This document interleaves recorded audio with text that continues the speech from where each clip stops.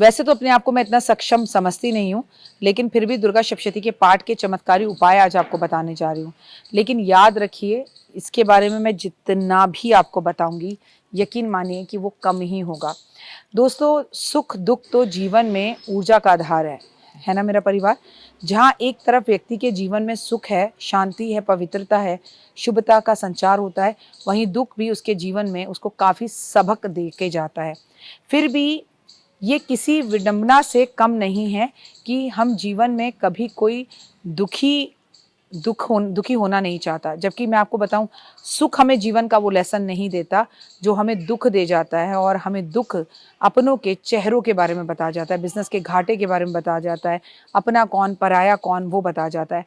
आज अपनी इस वीडियो में मैं आपको बताऊंगी कि किस प्रकार से आप एक चमत्कारी ग्रंथ से कुछ उपाय कर कर अपने जीवन की बड़ी बड़ी समस्याओं से बाहर आ सकते हैं, और वहीं मात्र कुछ ही समय में वो चमत्कारी दिव्य पुस्तक श्री दुर्गा सप्तशती की है। और इसे पढ़ने के लिए कोई भी दिन, कोई भी पल सबसे खूबसूरत है। दिन हो, रात हो, सुबह हो, शाम हो, लेकिन ओए होए अगर वो नवरात्रे हों। हिंदू धर्म पुराण में विशेष महत्व से कहा गया है कि इन सभी पुराण 18 पुराणों में मार्कंडे पुराण जो है वो एक अलग ही है, उसका महत्व ही अलग है। मार्कंडे पुराण के अनुसार दुर्गा सप्तशती को उसका महत्वपूर्ण अंग बताया गया, और माना जाता है कि अगर एक बार व्यक्ति दुर्गा सप्तशती को 108 बार पढ़ ले, सो वो 100 अश्वमेध यज्ञ के फलों की प्राप्ति का भागीदार हो जाता है, उसे फल मिलता है, मनोकामना पूर्ण होती है।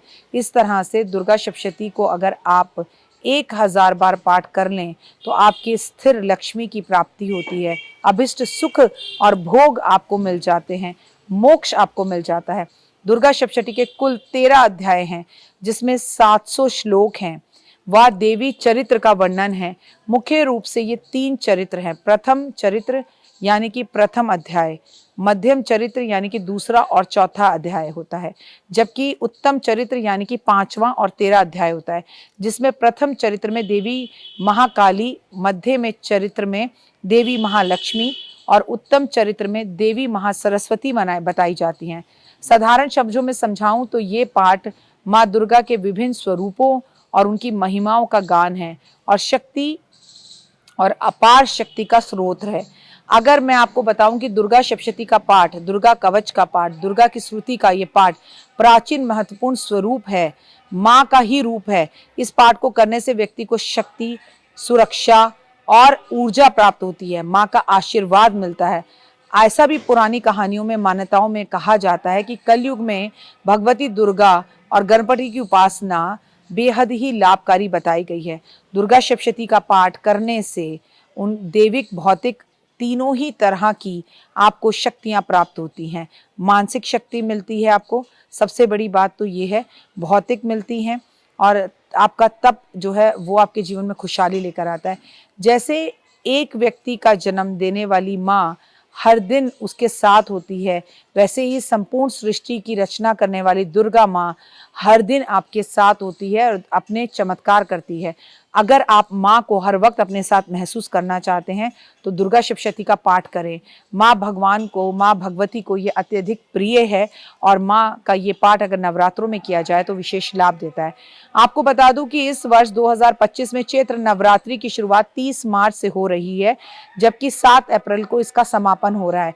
धर्म ग्रंथों के अनुसार नवरात्रों में माँ दुर्गा सप्तशती का पाठ, उसमें लिखे गए मंत्र बहुत चमत्कारी हैं और शक्तिशाली हैं, और विधि विधान से इनका जाप किया जाए तो असंभव कार्य भी संभव हो सकते हैं। सबसे पहले जान लीजिए, दुर्गा सप्तशती का पाठ करते समय व्यक्ति को किन बातों का ध्यान रखना चाहिए। रोज सुबह जल्दी उठकर साफ सुथरे वस्त्र धारण कर कर आपको ये पाठ करना चाहिए। किसी शुभ कार्य की शुरुआत से पहले गणेश पूजन जरूर करना चाहिए। दुर्गा सप्तशती का पाठ करने से पहले ध्यान रखें कि गणेश जी की पूजा जरूर करें। अगर कलश स्थापित किया तो हुए, उससे तो बढ़िया कोई बात ही नहीं है। कलश पूजन करके, नवग्रह पूजन करके, ज्योत जला के दुर्गा सप्तशती के पाठ का आरंभ करें। आप पहले पुस्तक को हाथ में हाथ जोड़ें उसके सामने, फिर किसी चौकी पर या लाल कपड़े पर लाल वस्त्र रखकर उसके ऊपर वो पुस्तक रखें। उसके बाद उसके ऊपर तिलक करें, उस पर स्वास्तिक बनाएं। उसके बाद उसमें कुछ पैसे रखें, कुछ अक्षत अर्पण करें। फिर कंबल पर या लाल ऊनी चादर पर बैठकर आप ये पाठ करना शुरू करें।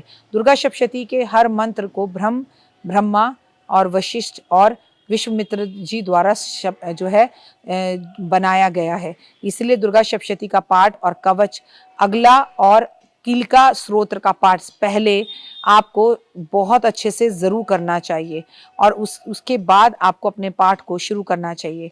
अगर एक दिन में पूरा पाठ ना भी कर पाए तो पहले दिन आपको केवल आपके पहला दूसरा पाठ कर लें और चरित्र का पाठ कर लें।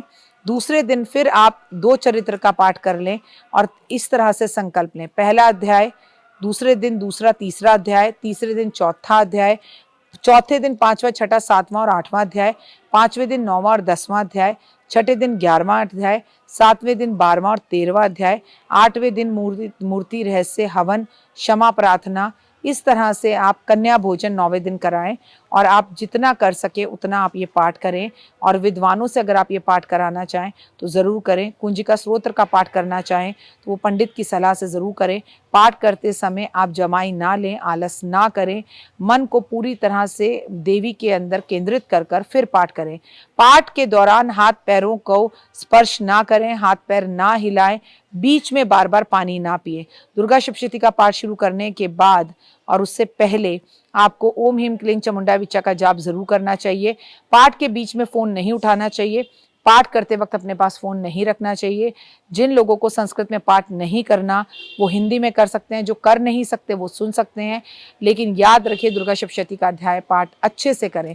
दुर्गा सप्तशती के पाठ के अध्याय से क्या क्या लाभ होता है? दुर्गा सप्तशती के प्रथम पाठ को करने से सभी प्रकार की चिंताएं दूर होती हैं। दुर्गा सप्तशती के दूसरे अध्याय का पाठ करने से सभी शत्रु और बाधाओं का नाश होता है। कोर्ट कचहरी के केसों पर विजय मिलती है। तीसरे अध्याय का पाठ करने से शत्रुओं का नाश होता है। चौथे अध्याय का पाठ करने से माँ दुर्गा के दर्शन होते हैं और सौभाग्य की प्राप्ति होती है। 5वां अध्याय करने से भक्ति और शक्ति देवी के दर्शन होते हैं। छठा अध्याय करने से दुख दरिद्रता भय दूर होता है। 7वां अध्याय का पाठ करने से सभी मनोकामनाएं पूर्ण होती हैं।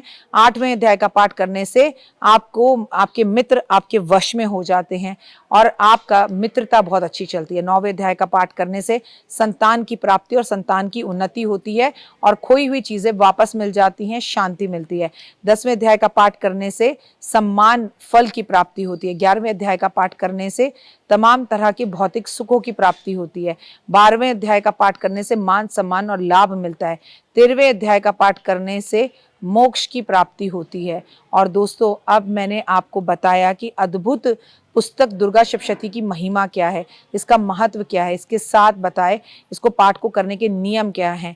चलिए अब बात करते हैं कि चमत्कारी पुस्तक दुर्गा सप्तशती के उन उपायों को जिनसे करने से 100% आपको लाभ मिलता है। अगर आप एक पुरुष हैं और आपकी उम्र शादी की हो चुकी है और आपकी शादी नहीं हो रही है, कहीं पर बात ही नहीं बन रही है, तो आप ये उपाय करें। आपको करना क्या है, नवरात्रि के समय पे शुभ समय माना जाता है। उस समय पर आपको जिस भी लड़के का विवाह में बाधा आ रही है उसे दूर करने के लिए दुर्गा सप्तशती के पाठ को नियमित रूप से करना चाहिए। और एक दिन छोड़कर एक दिन कर सकते हैं, एक ही दिन में सारा पाठ कर सकते हैं। और माँ से क्षमा मांगनी चाहिए कि जाने अनजाने में अगर मैंने किसी भी स्त्री का अपमान किया है तो मुझे जीवन में उस अपमान के लिए माफ़ कर दो और माँ मेरे जीवन में मेरी लक्ष्मी दे दो। इस तरह की कामना करे तो उसका विवाह जल्दी हो जाता है। अगर कोई व्यक्ति लंबे समय से आर्थिक कठिनाइयों का सामना कर रहा है तो उसे दुर्गा सप्तशती के इन अचूक उपायों को करना चाहिए। उससे न केवल आर्थिक परेशानियां दूर होंगी बल्कि लंबे समय से धन की प्राप्ति नहीं हुई वो भी होगी, इच्छा पूर्ण होगी। आपको 108 बार जो मंत्र मैं बताने जा रही हूँ श्री यंत्र के सामने बैठकर वो मंत्र का पाठ जरूर करना चाहिए। ओम ह्रीं क्लीं चामुंडा विचा। ऐसा करने से आपके जीवन में खुशहाली आएगी। आपको रोज दुर्गा सप्तशती का पाठ कर 5 हल्दी माँ को अर्पण जरूर करनी चाहिए पान के पत्ते पर रखकर। और अगर आपके जीवन में किसी भी तरह की बार बार परेशानियां आ रही हैं, प्रतिदिन आप बहुत परेशान रहते हैं, तो आपको दुर्गा सप्तशती का पाठ करना चाहिए। इससे आपकी दरिद्रता गरीबी दूर होगी। अगर आप कर्जे से परेशान हैं तो आपको ऋण मोचक पाठ भी नवरात्रों में ज़रूर करना चाहिए। अगर आप देवी दर्शन के इच्छुक हैं तो आपको माँ को नवरात्रों में एक पायल अर्पण कर कर आनी चाहिए और कहना चाहिए, माँ मैं आपको ये चांदी की सोने की पायल पहना कर जा रहा हूँ, मुझे एक बार इस पायल की आवाज़ ज़रूर सुना देना। अगर आप किसी को अपने वश में करना चाहते हैं तो मैं आपको बताऊँ, आपको बस माँ दुर्गा को शहद का भोग लगाना चाहिए और फिर वो शहद उस व्यक्ति को खिला देना चाहिए जिसे आप अपने वश में करना चाहते हैं। फिलहाल दीजिए इजाज़त।